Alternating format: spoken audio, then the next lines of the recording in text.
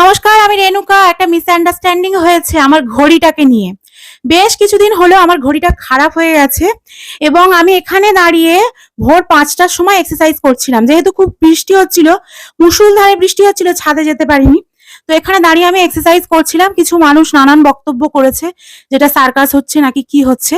তার মধ্যেখানে একটা কমেন্ট, অনেকগুলো কমেন্ট এবং হাস্যকর কিছু কমেন্ট এসছে যে দিদি ভাই ১০টা বাজে, তুমি বলছো ৫টা বাজে। তো এই বিষয়টা তোমাদের ভুল না, আমারই ভুল। আমি সেটা স্বীকার করছি এবং আমার ঘড়িটা বেশ কিছুদিন ধরে আমি বারুইপুরে পাঠাবো ভাবছি, কিন্তু কিছুতেই হচ্ছে না। তো চলো, এখন ইন্ডিয়ান টাইম বাজে ৩টে ১, দুপুর ৩টে ১ বাজে, কিন্তু আমার ঘড়িতে বাজে এখন ৫টা ৪। তো এই হলো সমস্যা। তোমরা দেখতে পাচ্ছ কি জানি না, আমার ঘড়িতে এখন ৫টা ৪ বাজে। তো এখানে বাজে ৩টে ২।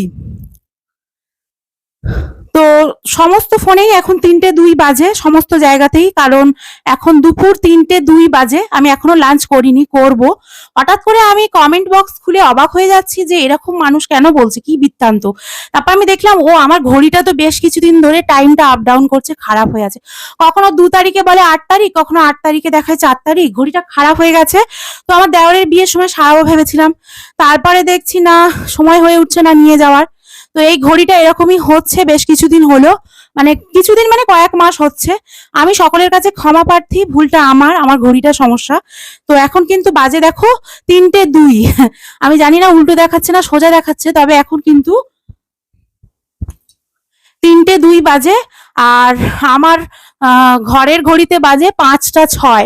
তো এরকমই সমস্যা হচ্ছে, সেই জন্য ফোনের ঘড়ি দেখে অ্যালার্ম দিই, সবকিছু করি। ঘরের ঘড়িটা অতটা দেখা হয় না, আর খারাপ যেহেতু হয়ে গেছে। তো আমি কিন্তু মিথ্যে কথা বলি না, আর সত্যি বলতে মিথ্যে বলে কোনো লাভও নেই। কেননা মানুষ ভালোবাসা দিচ্ছে একটা প্রত্যাশার বাইরে। আমার এই যে মানে পরিবার, সোশ্যাল মিডিয়া পরিবার আমার কাছে একটা আলাদা ভালোবাসার জায়গা। প্লিজ এই জিনিসটা আমার কাছ থেকে কেড়ে নিও না।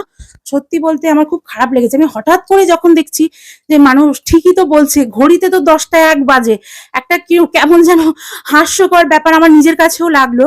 আর আমি বলছি ৫টা বাজে, কিন্তু আমি সারা রাত ঘুম হয়নি। তো আমি ভাবলাম যে ৫টার সময় তাহলে এক্সারসাইজটা সেরে নেওয়া যাক, তাহলে বিকালবেলা একটুখানি টাইম পাবো, বিকালবেলা একটুখানি এডিটিং করব বা একটু রেস্ট করব, সকালবেলা একটুখানি এক্সারসাইজটা করে নিই। তো সেই ভেবে আমি সকাল ৪:৩০ পৌনে ৫টা নাগাদ উঠে আমি ৫টা থেকে এক্সারসাইজটা শুরু করেছিলাম।